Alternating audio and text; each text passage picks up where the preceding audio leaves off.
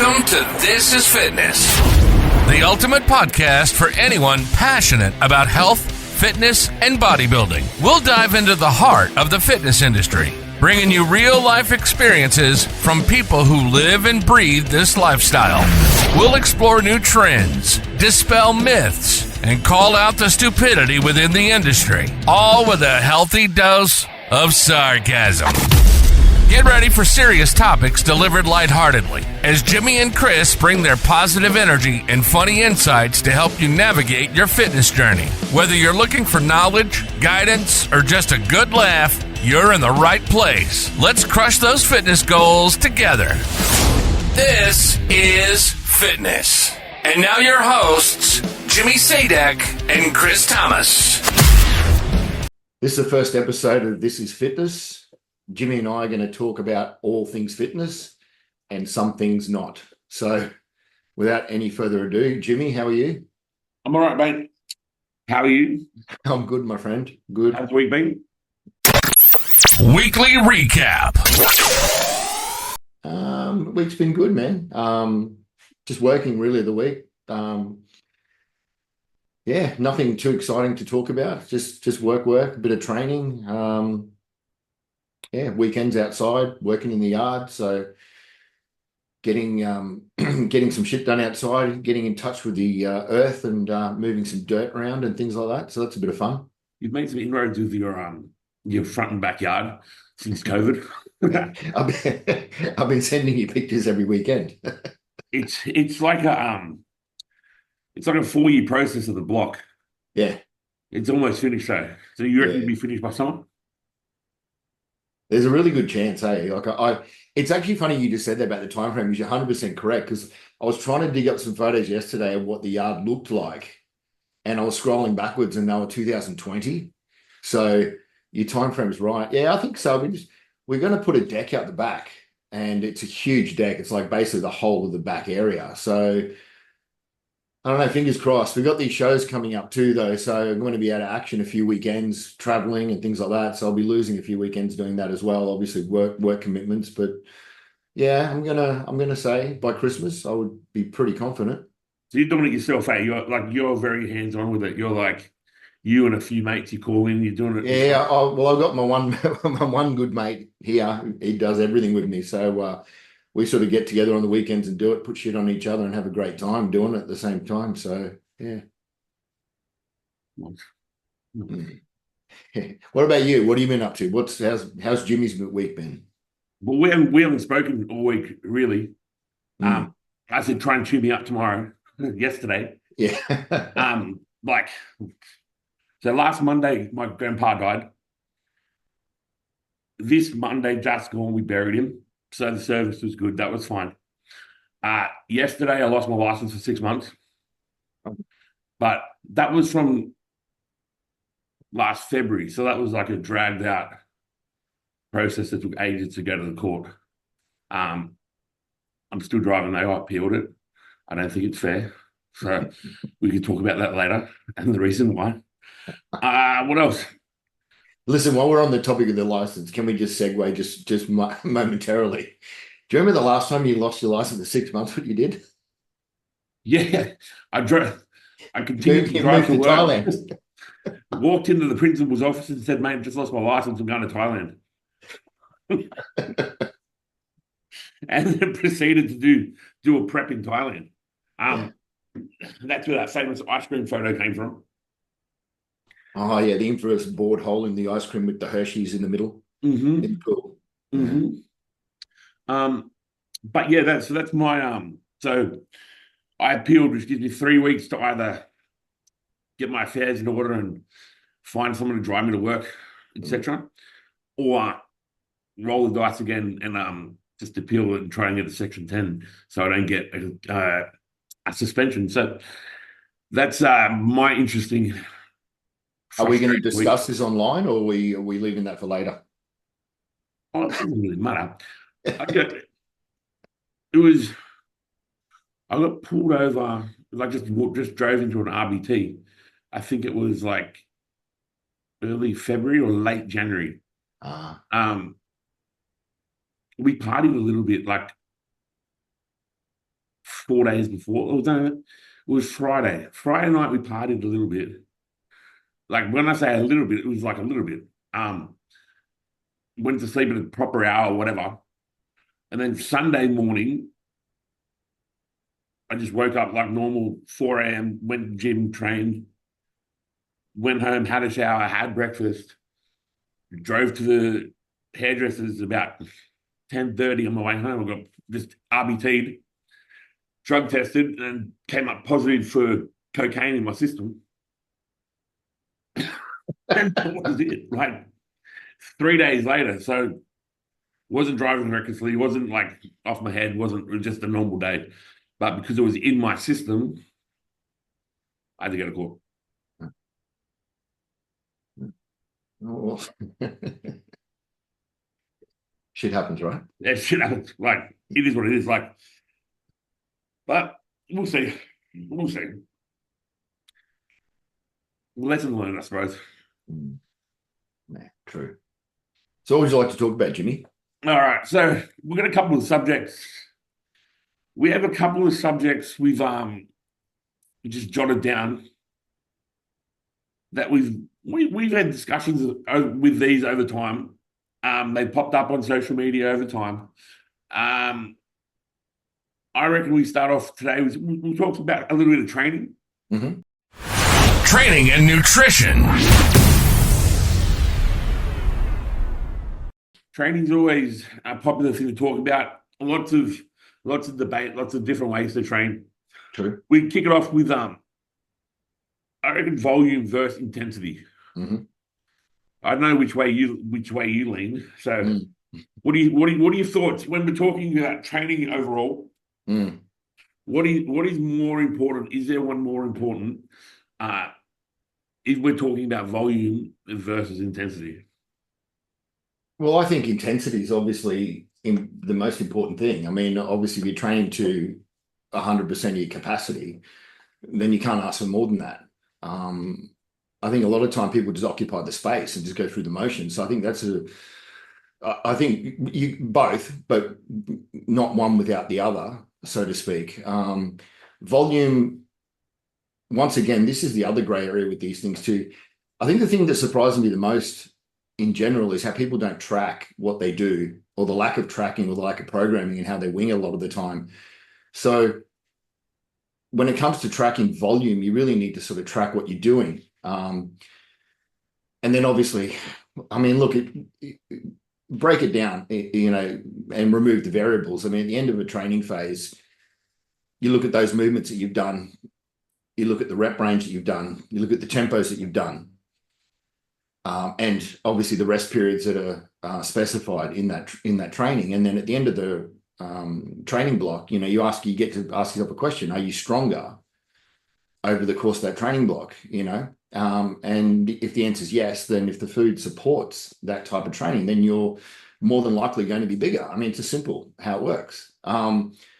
But without tracking it, you can't really track the volume, because I'll give you a good example about volume.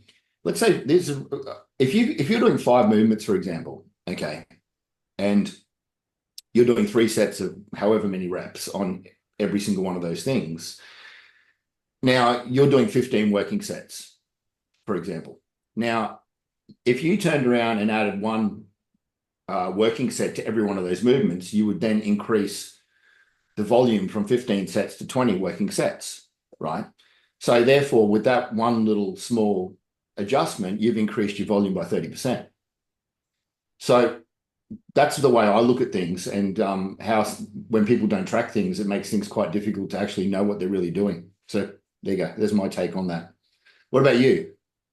Well, have you always been, in terms of like tracking, or even though, have you always tracked what you do? No. Or is this a thing that's evolved like over time? Yeah, it's evolved over time. Yeah. And when do you think like you moved into going, okay, I'm going to start tracking things because I want to kind of know what is really going on, so I can have a smarter approach, pretty much. Right. So that, I think when I actually got mature enough to realize that when I trained and I didn't track and I winged it, I basically favored movements that I was either really good at or that I enjoyed doing, which more than likely are the movements that I probably should have been doing less of. And I should have been concentrating on the things that I didn't like doing or that I wasn't good at. So I suppose I had a program written for me. I've had it many times before, but I think the last show I did in 2018, I asked a very good friend of mine, Marcus, to write something for the last 8 weeks of the show because I just didn't really want to think. And he wrote it, and it was just so difficult because he wrote it obviously with a view of what I needed to do, right?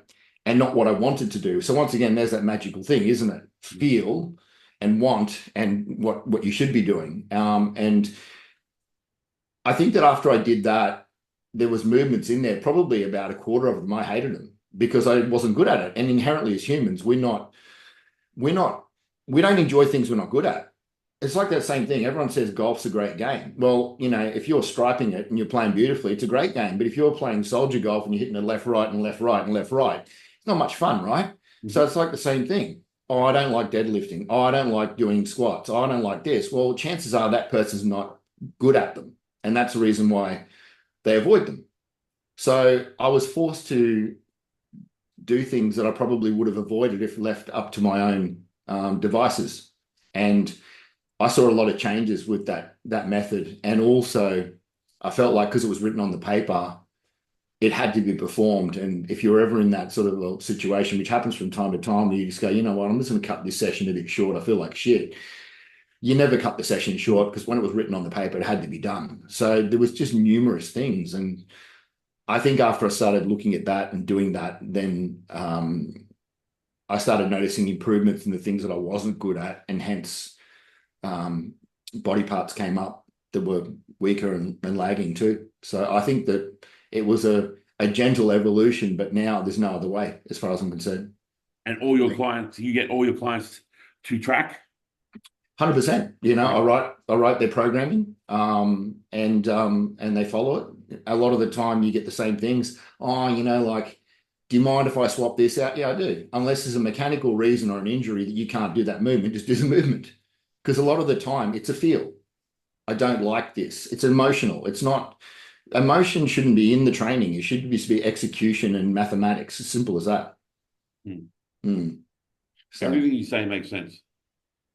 Well, it does in theory, doesn't it? Everything you say makes sense. And I do absolutely none of it. yeah. But you're one of those genetic anomalies that just seems it's not that at all. It's like, so, see, like I said, everything that you just said, I was like nodding along going, fuck yeah, that makes sense. And I've done it in the past, not so much recently, but since when I started doing PT and all that, and like everyone knows my schedule where I don't sleep much, I work early, all that kind of thing.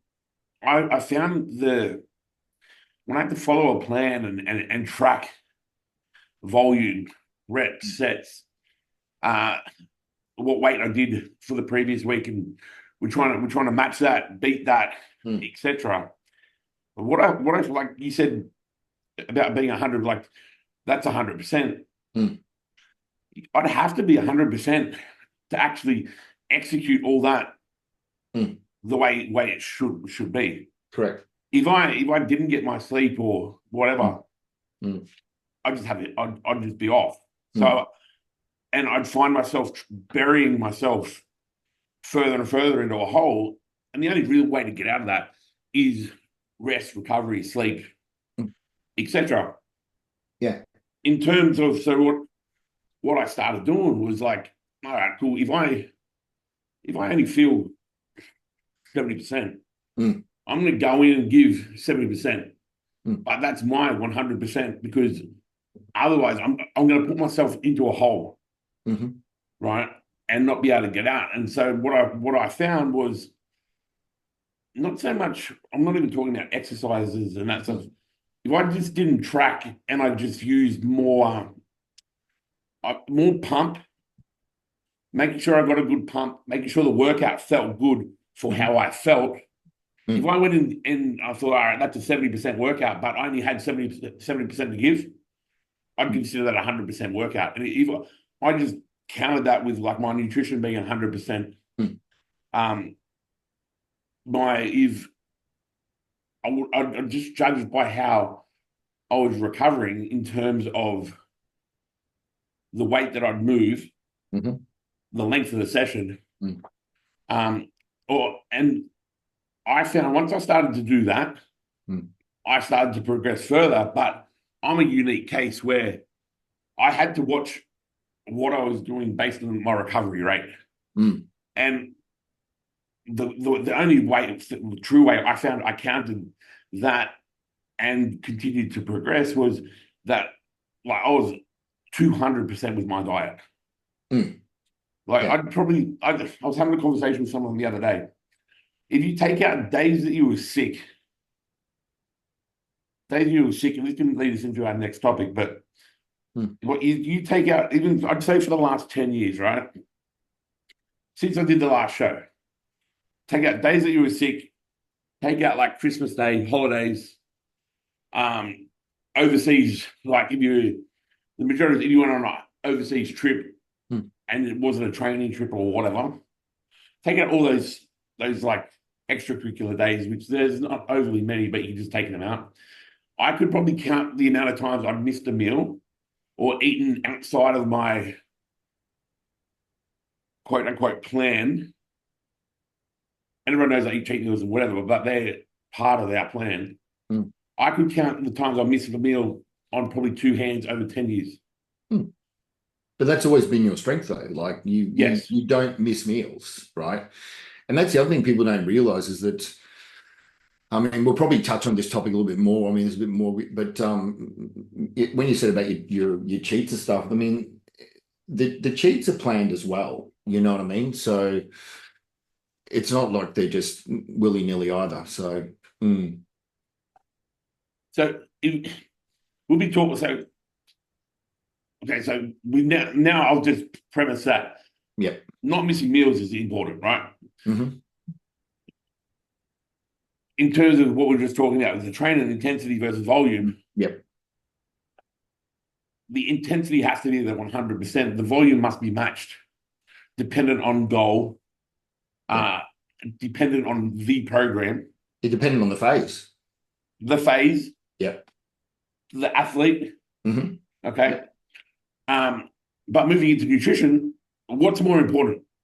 Counting macronutrients, protein, carbs, fats, or total calories as a whole? Well, this is the golden question, isn't it? I mean, look, I mean, this one's how long is a piece of string, Jimmy? I mean, look, energy in versus energy out. There's your formula, right? Okay, so the crux of many an argument has been hinged on that basis alone, right? So it's almost like the politician that doesn't answer the question ever correctly, right? So it's like the energy in versus energy out. So yeah, that is what the basic fundamental is. If you want to improve composition one way or the other, either larger or smaller, then it's surplus or deficit in relation to expenditure versus what you're taking in. Yes. But then to compromise the quality of the energy going in with saying that you could eat anything, I absolutely don't agree with that. And that's what, this is why this area is so big. So if we're talking flexible, no problems. Okay. I do flexible as well, but I do like to think that I've got the education enough to swap things that are relatively similar in relation to quality, in relation to maybe low allergenic impact on the body. Like for example, if I don't feel like eating rice, I'll eat potatoes. Okay. But no one's going to sit there and turn around and say to me that it's okay to skip rice or potatoes and eat, banana bread or something like that. Like, I'm just never going to go for that sort of stuff because people are going to be jumping up and down about this already, which I really just don't care. Okay. But let's look at it this way. Here's a potato. There's a pretend potato right there. Right. What's the ingredients in that potato? Potato. Right. Potato. Okay. So here's a Kit Kat. Anyone listening, go and have a look at what the ingredients of the Kit Kat is. Now, I, for one, am going to say with very confidently that I just do not trust humans in believing what's in that thing. I mean, you know, so if it's got a list of things that are in there, I don't know off the top of my head. I'll do it next week for If us. we can go like, well, how about this, right? Yeah. Kit Kat's an extreme case, and if you think you can swap in a Kit Kat for a potato, you're just a fucking moron, all right? Yeah, but okay. We'll go. Okay, what if I had the plan in front of me and it was I'm having chicken and potato, and I was like, fuck, man, it's a hot, nice day. Could I swap out potato for pineapple? Would there be a difference in that? Because there's one ingredient in pineapple. Yeah. Well, it's a different type of carbohydrate. Okay. So I suppose if the answer to the question is based on that, yes, there is a difference. But if you're relating it to the big question and going, it's a carbohydrate, then the answer is no, it's the same. Yeah. You know, and I think that that's where there's a lot of gray areas here with the way that these things are interpreted, and it's up to interpretation. So it's like the Bible, really, isn't it? Well, I don't want to get too into this. I shouldn't do this, should I? Okay, is that how you interpret it? We'll go back because I know you put fruit in your plans. Yeah. So let's go. We've got a pre-workout meal, and I know this is one of your favorites is chicken rice banana. All right. What if I just dropped all my rice on the floor, right? But I had a few extra bananas in the fridge, and I'm going to train. Would it be better to not have the rice and just have the 125 grams of banana or whatever, and the chicken? So you're only having chicken and the 125 banana, or could you make up the carbohydrates through the banana and go train? What would be a better scenario? The better scenario would be to eat the carbohydrates as listed and required by. No, but I'm just saying, off the floor. No, that's what I'm trying to say to you. So that's number one scenario. But if we had that option, so it was down to not eating the rice at all and just eating that little bit of banana, or eating more banana and more fruit. No, you're going to eat more banana and more fruit and get the carb content in that's required to fuel this workout. But I mean, that's an isolated situation. But yeah, I would certainly wouldn't go, oh, fuck it, I've lost the rice. Oh, am I allowed to swear? I've lost the rice. I'm just going to eat 30 grams of carbs in the form of banana instead of eating the 150 grams that I was going to eat in this meal. No, you'd still attempt to eat the 150 grams of carbs. Could you get the carbs from the potato? Could you? Yeah. Absolutely. Yeah. So your flexible dieting would be you can swap similar carbs for similar carbs, pretty much. I would simplify it even further than that, Jimmy. I wouldn't even go that far. I would just try to swap in flexible situations. I would just be trying to swap whole foods for whole foods. I think that's where that's about the basic ballpark. You know, I wouldn't be breaking it down to the different types, whether they're complex, whether they're simple, or whether they're fructose or shit like that. I would be just looking at other low risk food types, other foods that are whole foods that would fit that equation, and that's probably the extent of it. So it's not too stringent or strict. It's just that I wouldn't be going and putting processed shit in place of something that was a whole food. That's where I'm at. And I suppose too, and I tell a lot of my clients, it's literally what you put into it is what you're going to get out of it. So if you follow the meal plan to a T, don't miss, don't swap, deal with the same food every fucking day, which I prefer anyway. Your results are going to be better than if you start to chop and change. Even if you're chopping for potato for rice, or rice for pasta, whatever. If you follow the same plan week to week, and you're checking in with your coach weekly or fortnightly or whatever, your results will be better if you stick to the plan 100%. So everyone knows what is going on. The alternative to that is if you guys are playing around and you're trying out different things. Like when I start with the client, or there might be phases where I'll say, okay, for the next couple of days, this will be your pre-workout meal. For the next one, this is your pre-workout meal. Tell me what feels better. Generally, the macros on that will be the same. The food choices will be different, but I want to see what the body digests better, absorbs better, that how the output on training hits better with certain foods. You know what I mean? Like I know if I have oats before I train, I will get less of a pump than if I'm having cream of rice or rice. It's just the digestion of it. But that's where I'm at with that. What you put in, like literally to it, is what you're going to get out of it. But I think what you said there as well, that's valid, is like you're trying different things with the client leading up, right? And seeing what works, what feels right.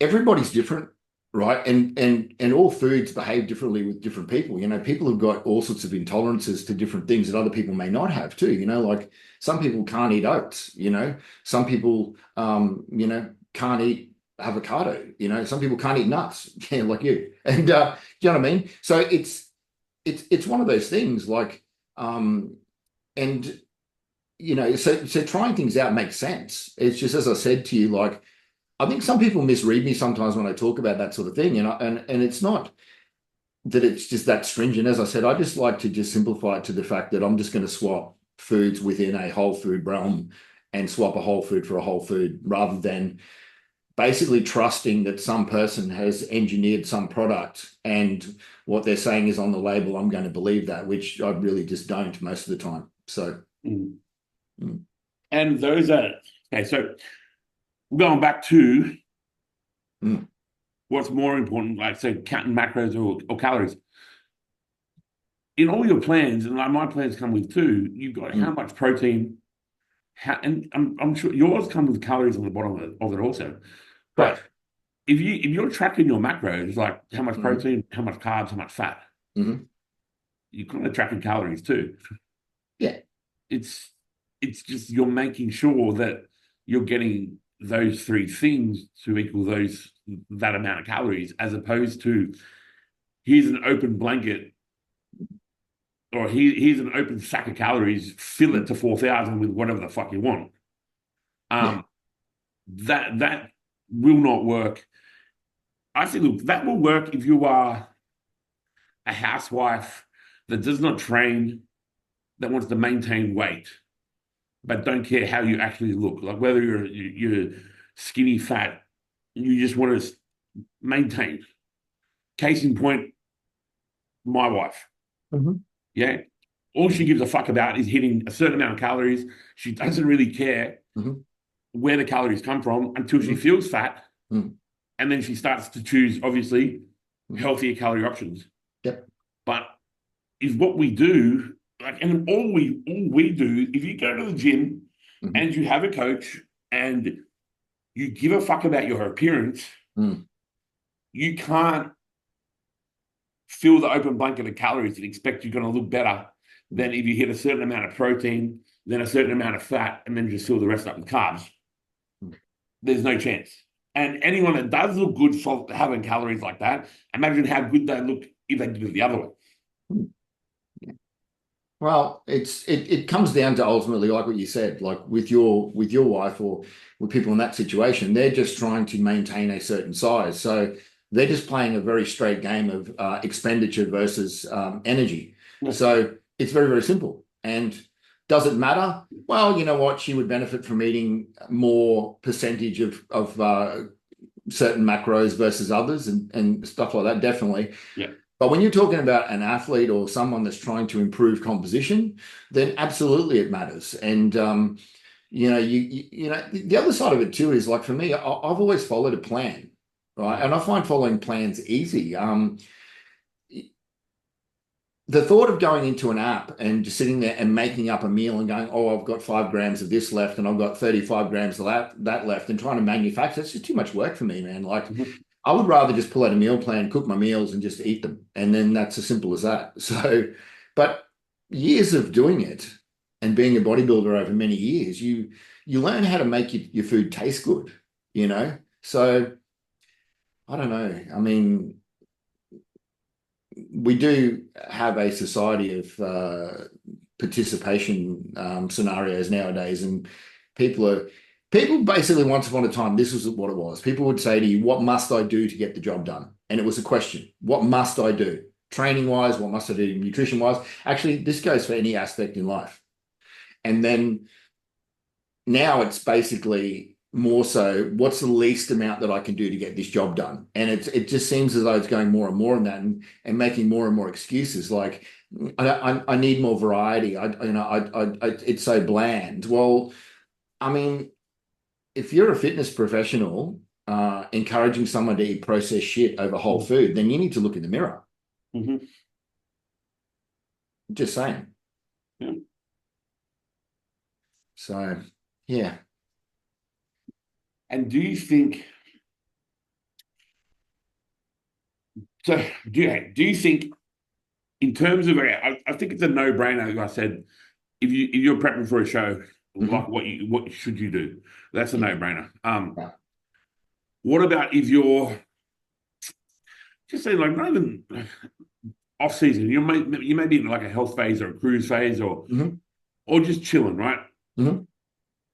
And you might just want to experiment or just have a little bit of variety because you just come off a fucking 6-month prep or whatever. Would you say, if the person was smart enough, right, and they knew they had to have, say, 5 meals a day, you gave them a meal plan, but you said, hey, look, if you feel like something different for lunch or dinner a couple of days a week, swap your foods out. You may just give them examples of, just swap your foods out, make sure the macros hit the same, and just let me know how you feel. Would you trust someone to do that? And do you think there'd be any benefit in that at all? Or is it just gonna, nah?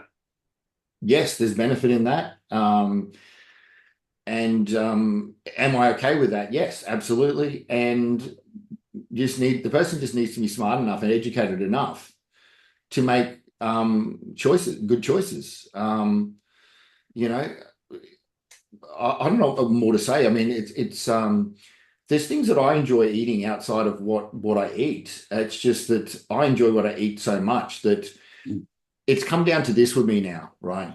It's come down to, there's certain foods that I will eat and there's certain foods I won't eat, okay? And I eat them because of the way that I feel. And it's not because I'm worried about my waistline. You and I'm lean all the time. We know this, okay? So I'm not sitting there being concerned about what goes in, okay? But it's just, I avoid eating shit food that I get reflux from, or I burp from, or I, get constant, hiccups, or this other nonsense from, and that's the reason why I eat the way I eat. There's no other reason behind it. It's not like, what I do is going to make me leaner or that. It's just the fact that I just choose that. I know that when I eat other stuff, like for example, Friday night I eat pizza, this Friday night, like clockwork. I eat it every Friday night, right? And I love pizza, but after I eat the pizza, the next day, I'm bloated, I'm burping, I've got all sorts of things going on. It's from the gluten in the base, it's got toppings, processed shit that I don't normally eat. But I make an informed decision at that time that I'm going to eat this pizza because I want it, and I'm going to just deal with what comes afterwards. But there's no way that I want to live every day of my life burping in the middle of a sentence, not being able to get through a sentence, having reflux and all this other stuff for the sake of eating these foods. None of that's worth it. Yeah. None of it's worth it. I mean, after all, we're eating for function and performance ultimately, and that's what people seem to forget, So, yeah.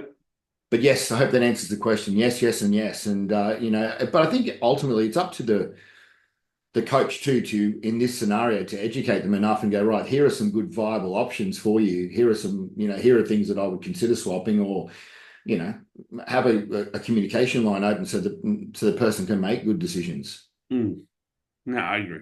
And that's the thing, but predominantly I think it's almost like a sliding scale. The closer you need to be to,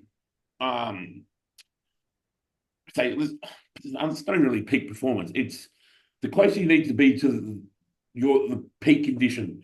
Like the better your shape needs to be, I think the tighter you have to be on following your plan to a T. Right. Right. The further away, meaning if you're the further away from a show you are, or if you just finished the show or whatever, it doesn't need to be as strict. It just needs to be structured. Correct. And the choices need to be smart and you leave your cheat meals or your free meals for the designated spots, everything else, eat clean or eat to the way you're supposed to eat. Like on a weekly basis at the moment, my 2 meals, my pre-workout meal is always the same. The post-workout meal and the meal after that, they're pretty much the same. Where I've got the same amount of protein, the same amount of carbs, same amount of fat. But I can swap in and out steak, chicken, fish, potato, sweet potato, rice, cream of rice, avocado, olive oil, whatever, because I know the macros that I need to hit for those meals, and I just eat based on however I feel or what's available in the fridge. But those meals are still structurally the same, and all those foods I know just sit well. But if I was in a prep, there's no fucking way I'd do that. I eat the same pre-workout meal every day. Every day. You know, whether, you know, I enjoy it. I mean, mine's simple. I eat, I buy these wheat-free oats, and they got some extra fat content added to them, you know, chia and flax, things like that. And I just put a banana in it, some cinnamon, some honey, normally Manuka honey, protein powder, you know, so I get about probably 40 grams of protein in there. And I just put ice in there, a little bit of water, and blend it and just drink it as a smoothie. And it's amazing. Like I get everything I need to train. It's light in my stomach. By the time I get to the gym, I don't feel like I'm digesting food. So I don't know, it's easy. That's what I do. I do it all the time. I don't even pre-workout meal is very similar too. Yeah. Like you help structure it, but I just that's my staple meal that I just have the same always now. It's simple, digest well, whatever. Then the next 2 meals after that, that's when I'm swapping potato for rice or whatever, based on if I remember to put the rice on. Yeah. Or I've got potato in the fridge, like little things like that. But I'm not going to go on a Tuesday or Wednesday afternoon and finish my workout and go get 2 burgers instead of having my chicken breast and sweet potato. Like, I'm not going to do that. You know, so, and not even if you're trying to bulk or grow or whatever, you shouldn't do that either. Like, a lot of people will use that as an excuse, but that's where you start getting into like how much unnecessary body fat are you carrying and all that kind of stuff. Do you know what I mean? Like, and you don't need to be show peeled to grow, but you need to, I think you grow a lot better when you classify yourself as lean. So can we go back to what you were saying about? Yes. Because what you just mentioned just now leads into exactly what we're talking about. And it was a point where I heard before where you were talking about the off season and not needing to be as close to the mark in regard to that. I agree with you, right? In regard to that, for me, the measurement parameter in that situation would be is how fat do you want the athlete to get or allow them to get, right? That's the issue here. It's not, you know, this person can't have a little bit of leeway and, you know what, if they eat a little bit more, you know, whatever. But there's negatives involved with getting fatter, okay? And the fatter you get, there are systemic issues that start coming in that become problematic, you know, obvious ones, cortisols, resistance to insulin, all these sorts of things. So if in that scenario there, unless you're someone that can really look in the mirror objectively and be honest with themselves, and we know that, you know, you can walk past one mirror and look amazing in the mirror and just have an upbeat day. And then you can go past another mirror somewhere else where the lighting's off and you go, oh man, I don't even look like a train, right? So unless you've got someone unless you're objective and honestly objective, or you've got someone that's going to be honest with you and tells you what you need to hear, right?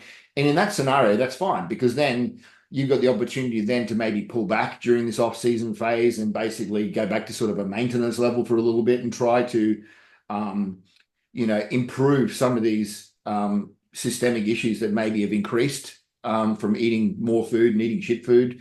So that's all I just wanted to say, because you did mention it before, and that's just what I wanted to add in there was that, and that would be the governing factor for me, is what level of composition or regression in composition, let's say, are you prepared to allow before you put the foot down and go, listen, enough's enough?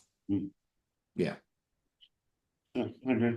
All right. I think that's enough talk about food and training for today. Bodybuilding news. Yeah. We got shows coming up in they're 5 weeks now? I think Nationals is 4.5, isn't it? Nationals is 4.5. Victorians are this weekend. Yes. And then we've got South Australia and then Queensland, Sydney Nationals. Yeah. That's what's coming up over the next few weeks. Who have you seen? Who do you know that is competing? Who do you think will be a standout? Let's just talk about the men's bodybuilding Okay. today. Well, so someone that I see all the time, who's a great person. I wasn't going to mention it in case it was going to be stealth, but he actually said something the other day, obviously, which I'm really happy about, is Ariel is going to do the show. I see him in the gym a couple of times a week, up until a couple of weeks ago. I think he's training down the coast with Sam at the moment, but Ariel's just large, really large, and just dense, and that's a very, very strong human being. So that's why he looks the way he does. So that's a good one. You've got probably, arguably, in my opinion, one of the strongest bodybuilders, amateurs around from up North Queensland, Liam. Sorry, brother, is it Tahoy? I don't know how you say your surname. Write in and tell me how to say it. But man, This dude is seriously strong. He's big. And one we forgot about that when we talk about it, man. Look, and once again, forgive me if I say it wrong, is a guy called Ebby Batson. What a great physique this is. I think he's won a couple of heavyweight titles already. That's a good physique. I don't know if he's doing the show. By the look of his condition in photos and that, it appears he is. So maybe some confirmation. What weight will Ariel be? The last time I spoke to him, he was around 100 kilos in really good shape. So he'll probably be under 100. I would be estimating he's going to be 95, 96 kilos in show shape. I would And then think. the other two are over 100? Liam definitely will, because he's still 100. The post the other day was, I think he was 110 or something like that. It's a big person. He'll stay over 100. This Ebby, do you know who I'm talking about here? Yes. Yeah. I'm assuming he's going to be, I don't know, man. Last time he competed, he did heavies, didn't he? Mm-hmm. Yeah, I think he'll be super heavy. He'll be over 100. By the looks of it. Yeah. Sorry? I said by the looks of it, I think he probably will. But then you've got is it David Fideli? I don't know. I haven't spoken to Tim. See, I saw photos of him recently. He looked like he's getting leaner. He was getting leaner again. Yeah. So if he jumps in again, he's another super. Yeah. Then you got Mike Pearson, who's doing it. Yeah. Who just missed out on his pro card and the overall. The last time he competed, funny enough, to Brad, who the last time Ariel competed lost to Brad. That's correct. Yeah, that's right. Right. So that was Ariel's last show and Pearson's last show. So them two are coming back again now. You've got a bloke that trains down Sydney Way, Marsden Park, called Chris Bella. He won the New South Wales super heavyweight last time he competed, I think 2 years ago. Significantly has improved. He's way leaner. And I'd go as far as, if you just square off his front double bicep, the best in the country, bar none. His shape is retarded. I'll send you a photo. Yep. He's a big boy too. So he's got some areas to get better, obviously, but his structure is probably amongst the best structure I've ever seen. And he's young too. So that's just three more for the super heavyweights. Then you're looking at like Danny Schneider. He's competing again this year. Mm-hmm.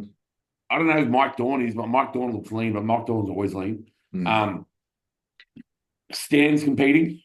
Yeah. From out in Penrith, Body Beyond. So once again, proportions on Stan are amazing. If Stan gets razor sharp, and I mean razor sharp, this man can push anyone. Tell Stan what you said to me last week on the phone. What did I say? I've forgotten. It was a week ago.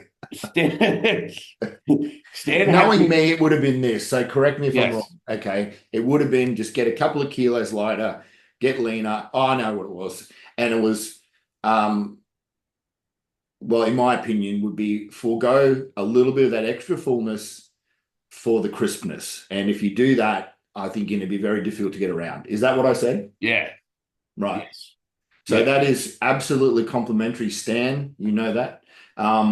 But that's my take on it. I think that this, not just with you, we're not saying that.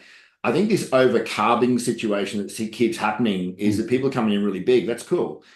But they're losing a level of crispness over it. And if we want to go back a couple of years to one of the most conditioned people ever in this country, Justin Wessels, I had a conversation with him years ago, and it was in relation to a conversation he was having with someone else who just finished telling him that they had 1,400 grams of carbs every day for however many days going to the show. And mind you, the guy got on stage sloppy, obviously. And Justin turned and goes, well, at that point, he goes, I don't eat more than 350 or 400 grams. Now that may have changed, but this is early in the piece. yeah. And his reply after that was, I would always prefer to be a little bit under than a little bit over and be crisp. And they were words that kind of stuck to me because being a guy like myself who was never the biggest ever, I couldn't rely on size. I had to rely on condition to win shows because I was never going to be the biggest. So I think some people should take a little bit of that into consideration. And as I said, Stan, man, those proportions at that height, he's huge as it is. Whether he comes in a tiny bit flatter than what he's been coming in, he's still an enormous person. I also think people just get a little bit lost in numbers, Yeah. and don't really realize. I don't know if it stems from the pros that we see online overseas, and those guys competing. They might overinflate their competitive numbers and whatever. But if you solely just go on the 212 class because we know where they're at in terms of weight, right? Yeah. Like Keon and I'm not gonna say Sean because he's 4 feet tall. But like those guys are under 96 kilo and they're Correct. fucking huge. Right. Right? So by sacrificing a couple of kilos just to get a little bit drier and have less body fat, you pretty much you don't want that fucking weight on you anyway. Because you're not gonna lose muscle. And I'm gonna give you another fucking hard fact, right? If you diet harder, you're just going to get flatter. You're not going to lose muscle. The amount of gear the motherfuckers are on, you cannot eat for a fucking week and you ain't going to lose muscle, right? So that's I think whoever goes into the shows with that kind of a mindset that their goal is just to be fucking stupid peeled. Like we used to say, you want to see your insides. You want to be inside out, right? Anyone that goes in with that mentality will tip someone at the post who tries to get that extra bit full, in my opinion.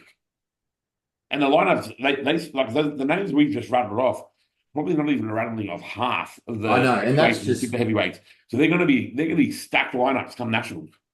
Absolutely. And, if we've forgotten anyone, please let us know. But I mean, that's just off the top of our head without spending much time on the list. You know what I mean? So, But you'll go into a little bit more depth. We'll get a few people just to drop the line on who's competing. Bobby's competing too. I'll give Bobby a notable mention. He helps me at the New South Wales show. He will just win his class, period. I'm pretty sure he's still in the under 80s, being 3 foot tall. So, but the quality for nationals this year is going to be real good. Yeah. What do you reckon, mate? Anything else?